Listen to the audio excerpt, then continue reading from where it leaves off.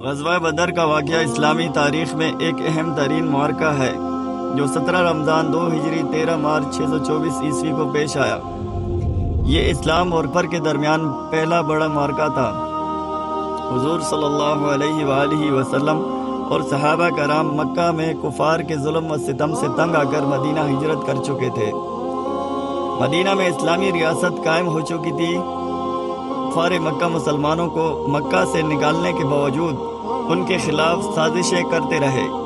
حضور صلی اللہ علیہ وآلہ وسلم نے مدینہ سے مکہ کے ایک تجارتی قافلے پر حملے کا منصوبہ بنایا جو ابو سفیان کی قیادت میں شام سے واپس آ رہا تھا۔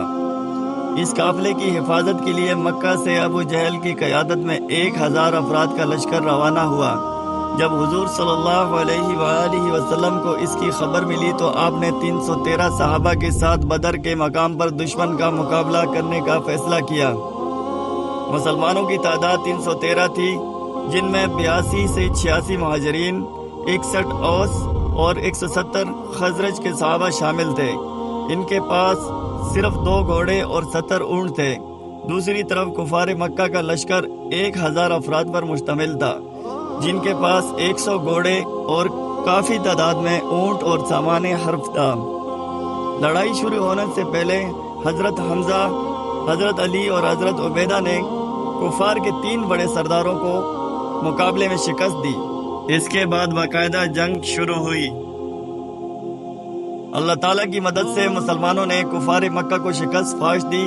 اس معرکہ میں کفار کے 70 افراد مارے گئے اور 70 کو قیدی بنایا گیا، جبکہ مسلمانوں کے 14 شہید ہوئے۔ اس معرکہ میں فتح نے مسلمانوں کے حوصلے بلند کیے اور اسلام کی قوت کا اظہار کیا۔ قیدیوں کے ساتھ حسن سلوک اور ان کے آزاد ہونے کے طریقے، فدیہ یا تعلیم دینا، اسلامی تعلیمات کی عکاسی کی۔ اس فتح سے عرب کے دوسرے قبائل میں مسلمانوں کا خوف پیدا ہوا اور انہیں اسلامی ریاست کی اہمیت کا اندازہ ہوا۔